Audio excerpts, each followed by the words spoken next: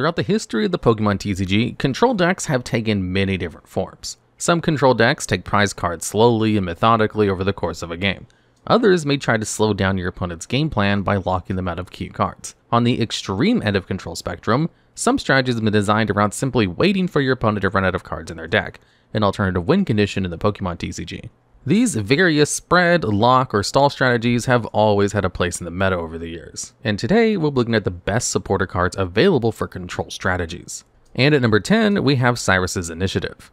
This supporter puts a card from your opponent's hand on the bottom of their deck for each of 2 coin flips you win. For many control decks, disrupting your opponent's hand by removing cards they need to set up or stop you from locking them is extremely important. Various hand disruption supporters have been in standard format control decks. Take the most recently released card in Airy or the slightly older Sydney. What sets Cyrus's Initiative apart is the card's ability to rip any 2 cards out of your opponent's hand. This type of effect with no restriction allows it to stifle early setups or remove utility cards from your opponent's hand in the late game. While Cyrus's Initiative was in the standard format, it featured heavily alongside Sableye due to the latter's Impersonate attack. For 0 energy, Impersonate lets you put a supporter card from your deck into the discard pile and then use that card's effect. This attack was the cornerstone of a deck called Sablelock during the 2010 standard format, which sought to stop the opponent's setup and prevent them from playing. Due to the first turn rules being different and allowing turn 1 attacks going first, Sableye would use Impersonate to copy the effect of Judge before your opponent got to play out their hand, forcing them to start their first turn with only 4 cards. Afterwards, Impersonate copying Cyrus's Initiative would take any helpful draw cards like Claydol out of your opponent's hand before they could be played. Sablelock also isn't a control deck in the more stally sense, as the deck could play very aggressively if need be. As Cyrus's Initiative stopped your opponent from setting up, the Sablelock could attach energy cards to attackers such as Garchomp C, and its devastating Level X card, which dealt 80 damage to one of your opponent's bench Pokemon. Garchomp C Level X's attacks, backed up by Cyrus's Initiative, removing your opponent's potential means of answering it, was the deck's best win condition, and was extremely powerful. If Cyrus's Initiative were printed today, it would easily be a staple in any control deck and much higher up on this list. And at number 9, we have Lieutenant Surge's Strategy, a card so powerful it's banned in the expanded format. This supporter card can only be used if your opponent has less prize cards remaining than you do. When it's played, you can play 2 more supporter cards during the same turn. Supporter cards are balanced around players only being able to use 1 per turn.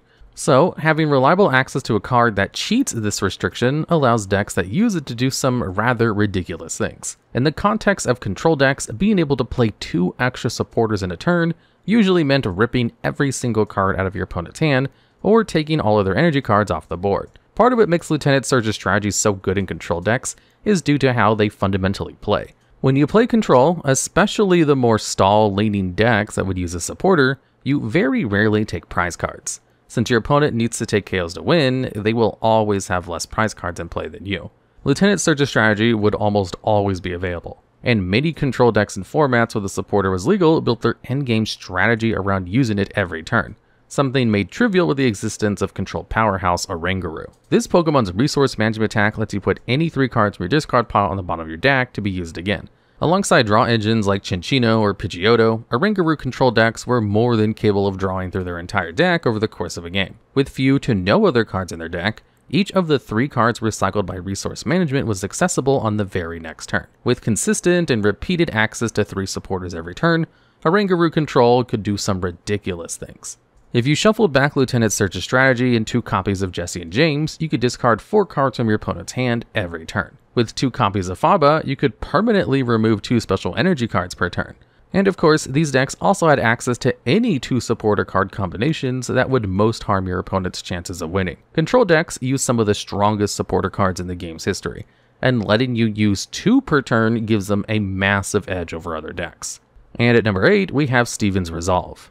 This supporter adds any 3 cards from your deck to your hand, but immediately ends your turn after it's played. Steven's Resolve is another powerful supporter card that control decks take special advantage of. This card works best in control builds that never try to attack, as there's no real downside to using Resolve if you weren't trying to damage anyway. During the 2018 standard format, Steven's Resolve was a key component of different variants of Wall Stall. This deck put hard to KO Pokemon like Regigigas, Hoopa, and Shuckle GX into the active spot, and chained together healing and energy denial cards to make sure your opponent was never able to win the game.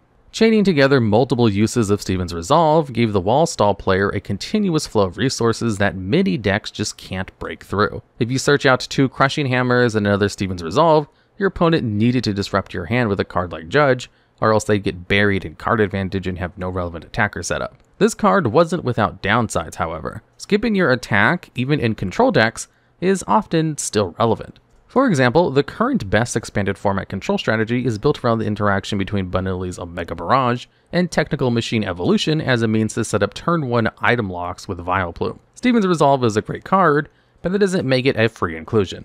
Decks that use it are built specifically around it and gain lots of power from doing so. And at number 7, we have Gladion, a card which helps alleviate a rather unique problem control decks have. When you play this card, you get to look at your prize cards and switch any one of them with Gladion. This type of effect is one that only control decks tend to value highly due to how they're often built. When a player puts together a deck list, they need to account for nearly every possible situation and matchup, since the game's play with the strategy takes significantly longer than other decks. This leads to control decks having an enormous amount of singleton cards when compared with other decks. Playing only one copy of any card means that having it start out in your prize card prevents you from accessing it until you take a few knockouts and draw it from there. Control decks don't have the liberty of knocking out your opponent's Pokemon until they find the specific card they need from there.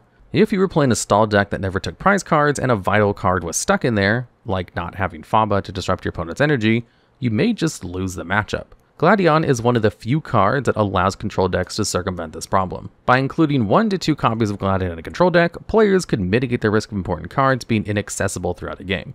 The chance you prized both Gladion and whatever card you need still exists, but the odds are very unlikely. What makes Gladion better than the other 2 cards that help fix bad prizes, Peonia and Hisuian Heavy Ball, is the ability to grab any card reliably.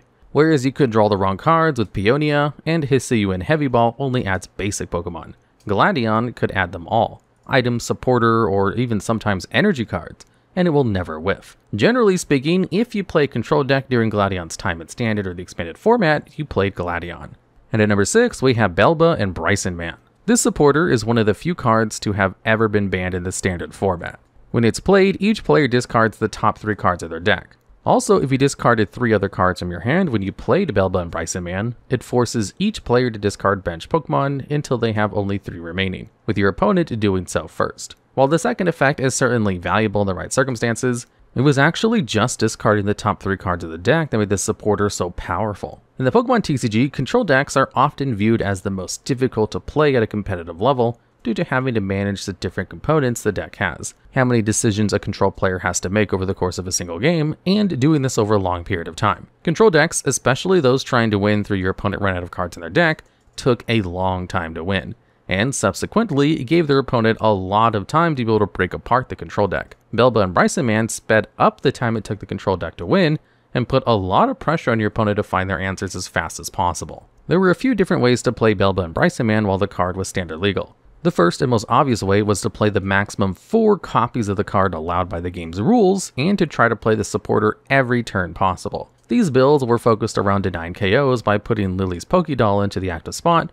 or stopping attacks by putting your opponent's active spot to sleep with a Mareep. Once your opponent got low in cards in their deck, you could use a combination of Lieutenant Search's strategies to Belba and Brycen-Man and Magcargo GX's Burning Magma GX attack to discard a total of 11 cards at once as a weird combo kill. The other way to use Belba and Brycen-Man was to accelerate a win after already establishing a lock or stripping your opponent of their win conditions. Usually this meant looping the supporter with a Oranguru. In a tournament setting with a limited amount of time to win a best of 3, winning as fast as possible when your opponent doesn't concede is extremely important. And at number 5, we have 2 supporters that fill very similar roles, Cynthia and Caitlyn and Lusamine.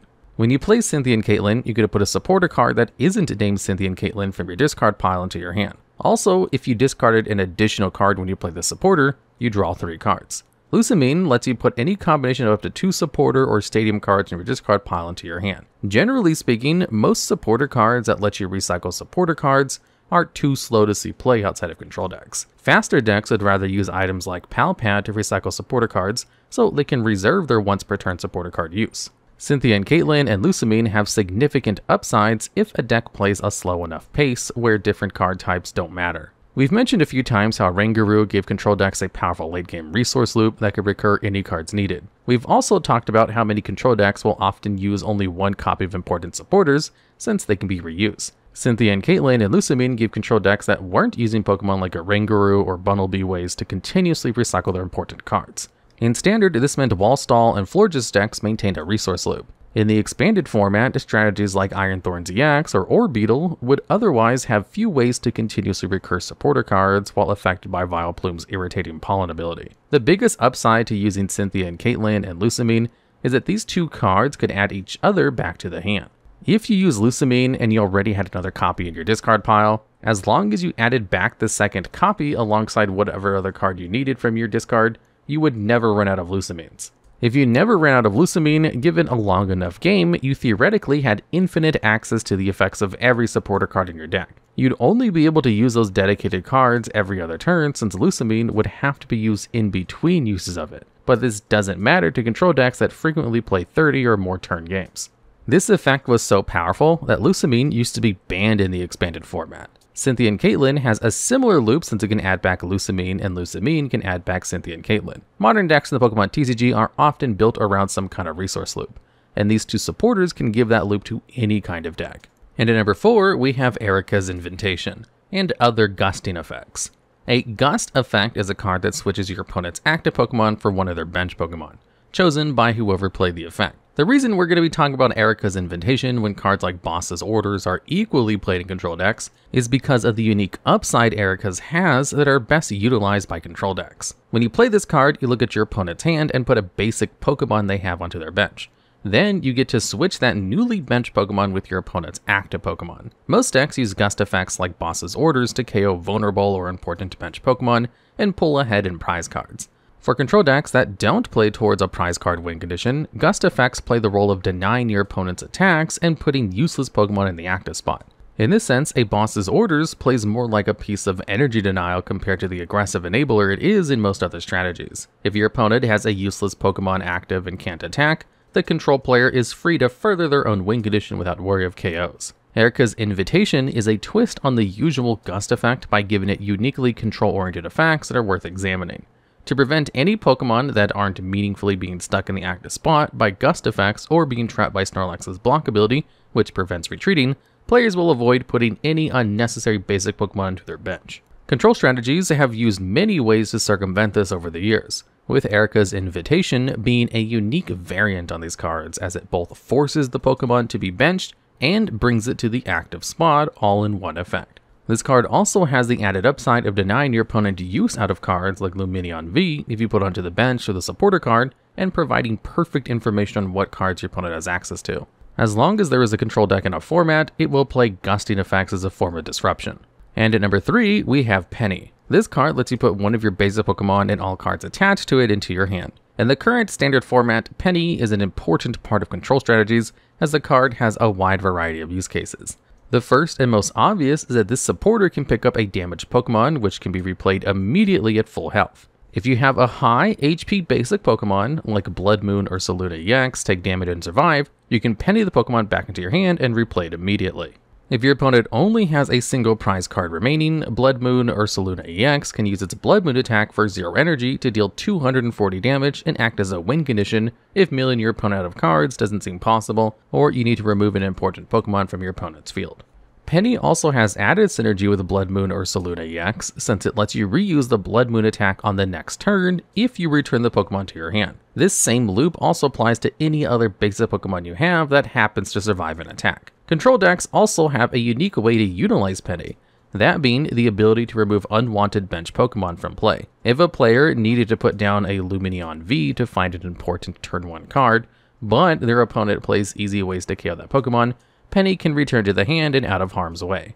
If their starting active Pokemon wasn't something useful, or would only serve to give your opponent extra prize cards, it can be returned to the hand. Another aspect that makes picking up extra or redundant Pokemon so powerful in control decks is their access to lock pieces. If a control player knows their opponent's deck only has a Pokemon EX or V, picking up all of their Pokemon except for a single Mimikyu can prevent their opponent from taking any prize cards for the rest of the game. For being able to outright win a control deck the game, Penny easily deserves a spot on this list. And at number 2, we have Faba.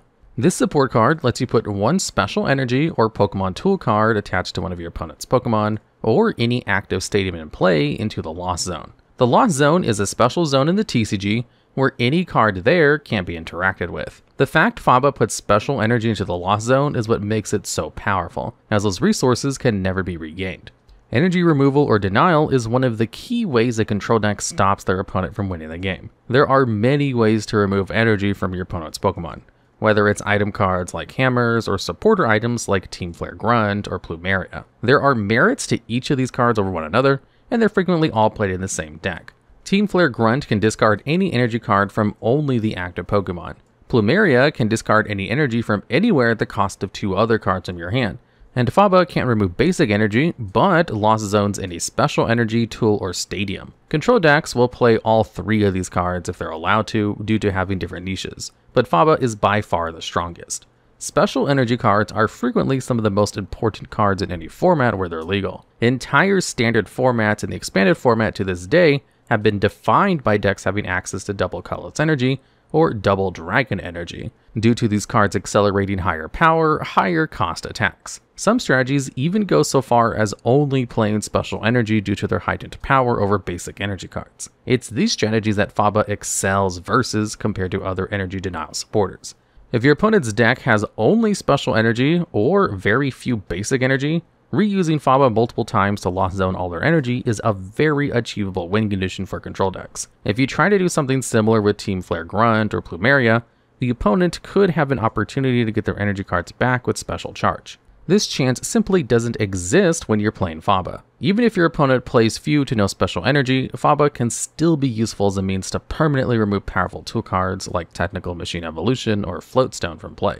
For being one of the most versatile energy removal cards, and for completely preventing your opponent from recycling any card removed by it, Faba easily deserves the number 2 spot on this list.